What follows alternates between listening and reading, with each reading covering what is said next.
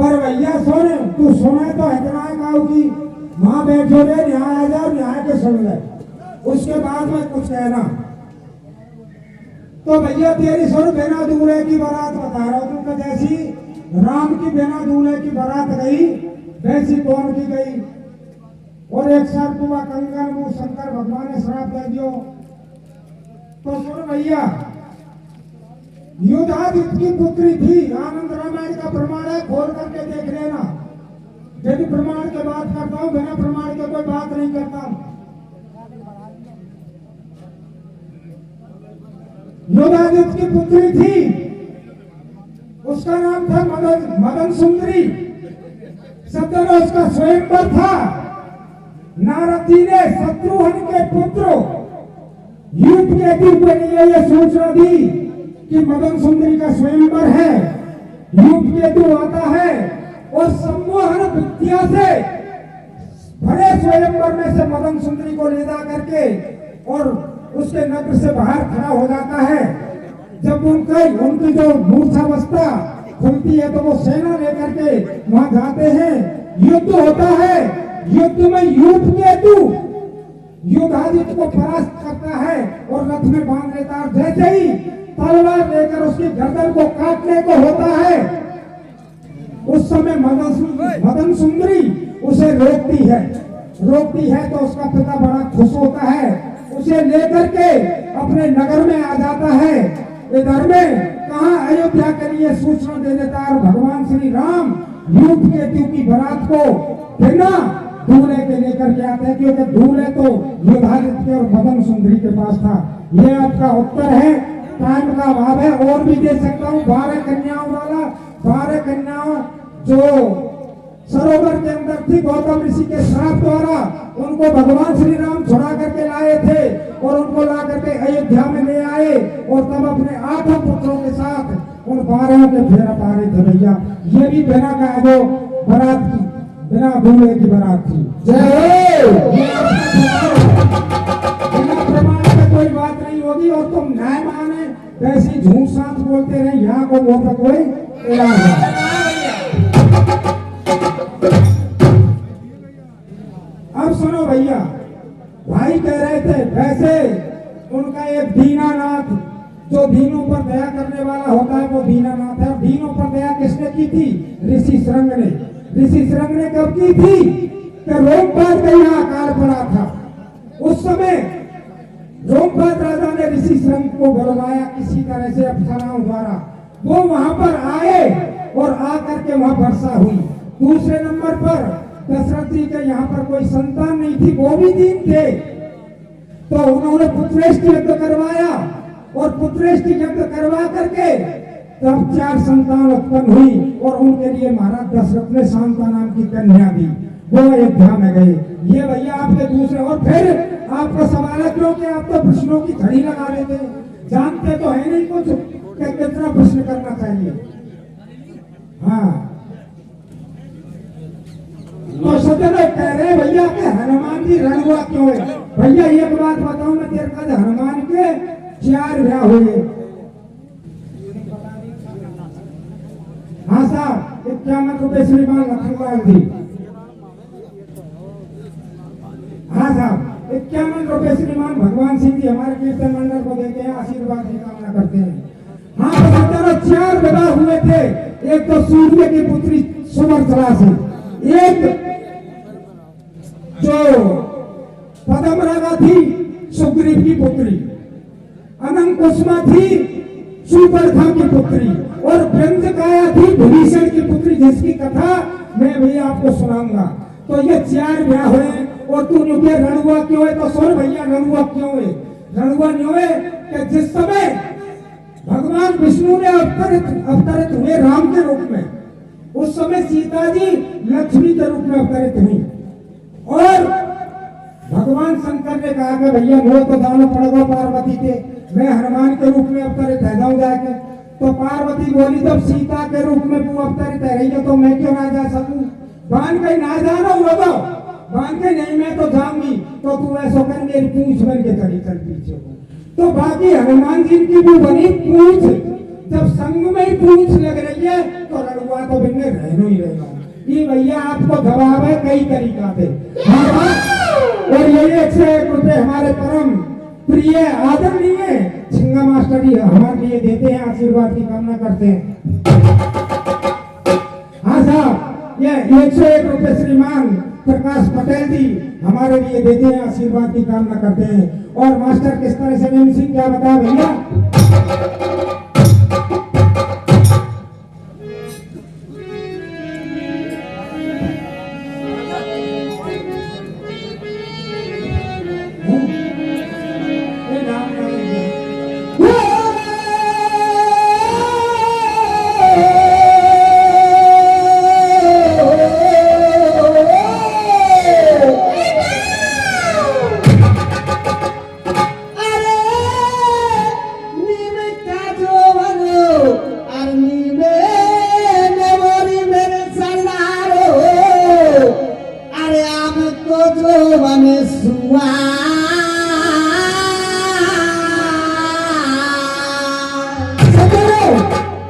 बड़ाई नहीं है, ठीक है मेरी पार्टी जैसी है भैया, इनकी धींगरा होंगी, मैं कमजोर से ही, मगर किस तरह से भैया।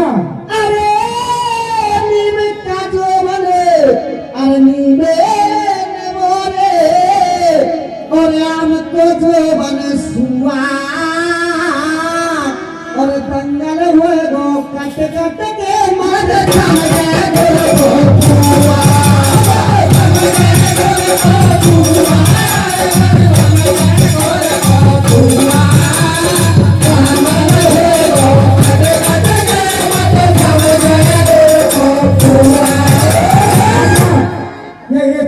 श्रीमान सोवन सिंह जी हमारे कीर्तन मंडल को देते हैं, आशीर्वाद की कामना करते हैं।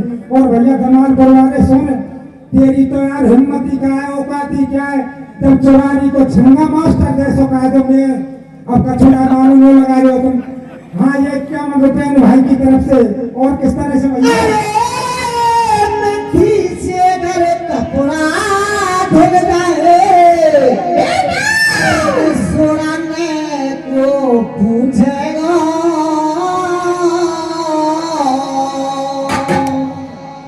अरे मिट्टी से घर कपड़ा धुल जाए, अरे सोने को पूछेगा, और मेरे की नाल ठोका लेंगे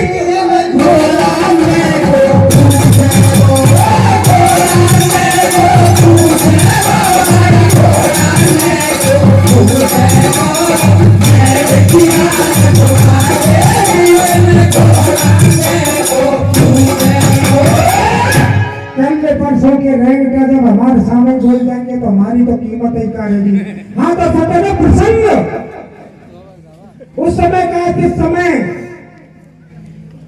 समुद्र पर सेतु बनाया जाता है, सेतु का निर्माण हो रहा है सज्जनों, इधर में भगवान शंकर की स्थापना हो रही है, और उधर में कौन के रावण, जिसको मैं बता रहा था कि व्यंजकाया हनुमान की स्त्री थी।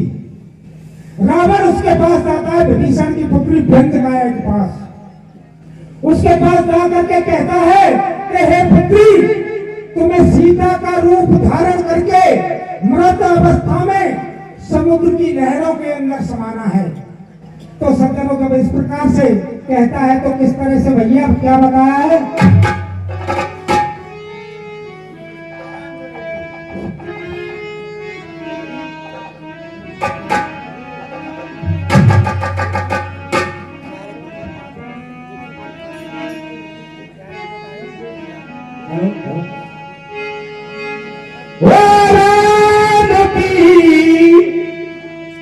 अरे बन के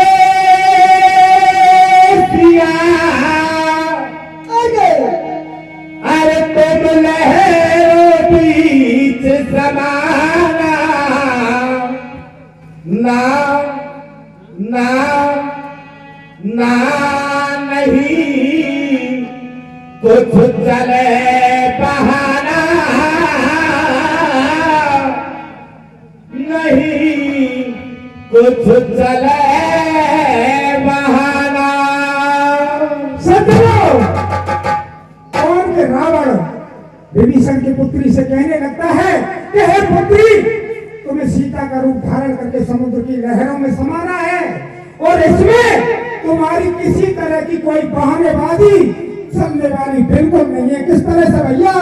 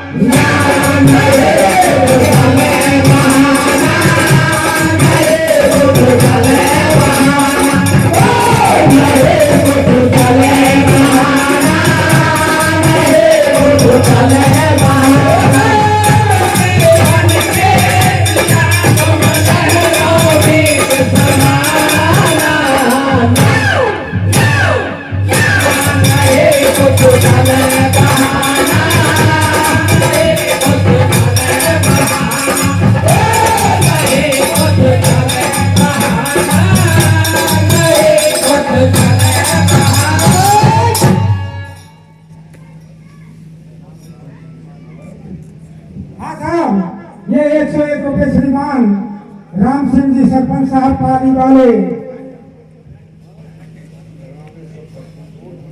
हाँ साहब, 101 रुपए श्रीमान रामेश्वर सरपंच साहब मोहनपुरा वाले हमारे कीर्तन मंडल को देते हैं, आशीर्वाद की कामना करते हैं साहब। हाँ तो सब इस प्रकार से रावण कहने लगता है तो वो भिंज गया जो विभीषण की पुत्री थी रावण को किस तरह से समझाती है, क्या कहती है भैया?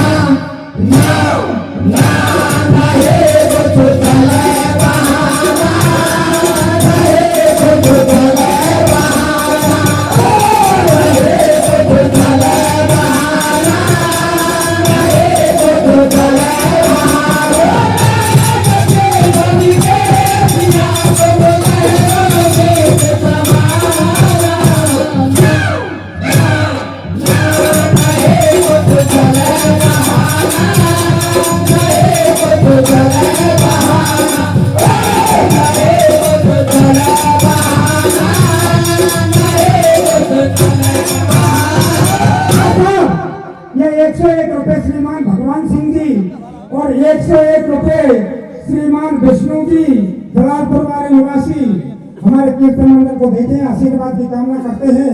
हाँ तो सज्जनों को रावण इस प्रकार से व्यंग काया से कहता है, समझाता है। व्यंग काया तो मेरे विद्वान भगवत प्रेमियों व्यंग काया से किस तरह से कहती है, क्या बताया भैया?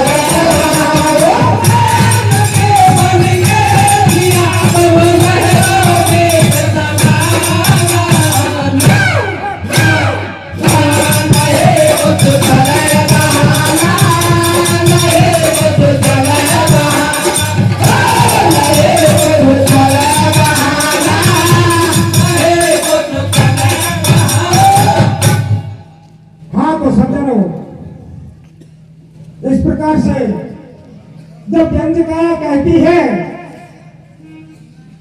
कि वो तो परम प्रभु है, लेकिन रावण कहने लगता है कि यदि तुमने मेरा साथ नहीं दिया तो तुम्हारी मृत्यु निश्चित है।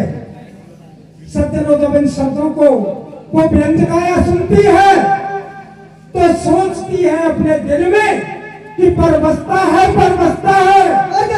और सब भांत मुंह भी आई है और इस ओर गिरूं तो कुआं है, इस ओर गिरूं तो खाई है। तो इससे बेहतर तो यह है कि इस दुष्ट के मरने के बजाय तो भगवान श्री राम के हाथों से जाकर के मरूं, वो ही अच्छा होगा। तो किस तरह से सज्जनों, वो जाकर के मृत अवस्था में सुपर का सीप वो व्यंजकाया सीता का रूप धारण करके मृत अवस्था में जाकर के और समुद्र की लहरों में समा जाती है। और जैसे ही हनुमान देखते हैं तो कहने लगते हैं कि प्रभु, मुझे ऐसा विदित होता है, मालूम होता है कि रावण ने सीता का वध कर दिया हो। भगवान श्री राम पूछते कि भैया ये आप कैसे कह सकते हो? हनुमान जी कहते हैं कि प्रभु ये आपके सामने आप खुद देख लो चल करके। जब पहुंचते हैं भगवान श्री राम देखते हैं किस तरह से बताया भैया।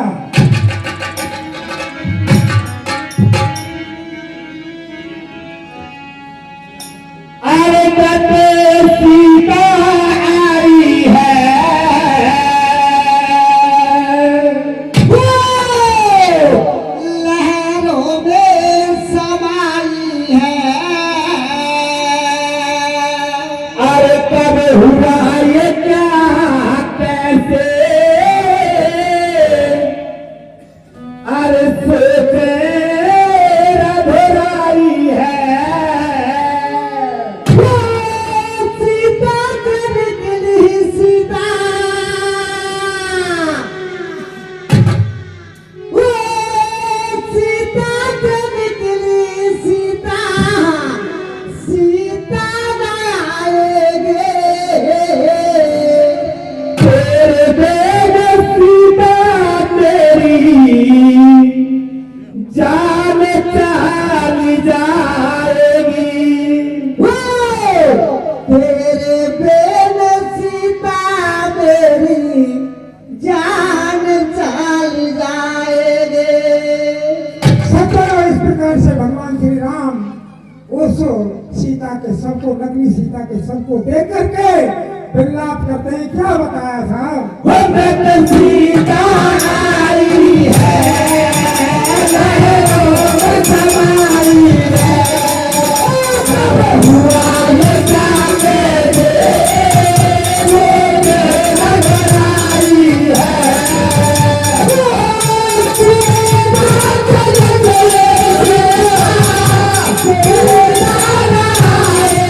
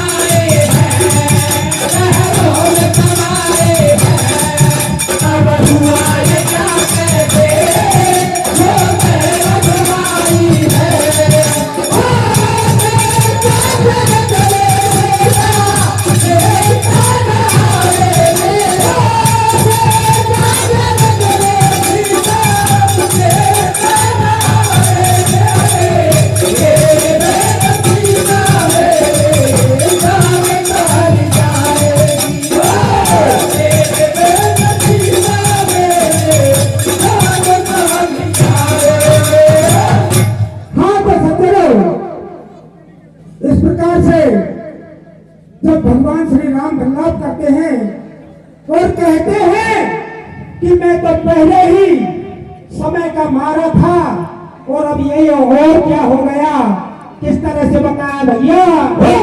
समय का मारा हो,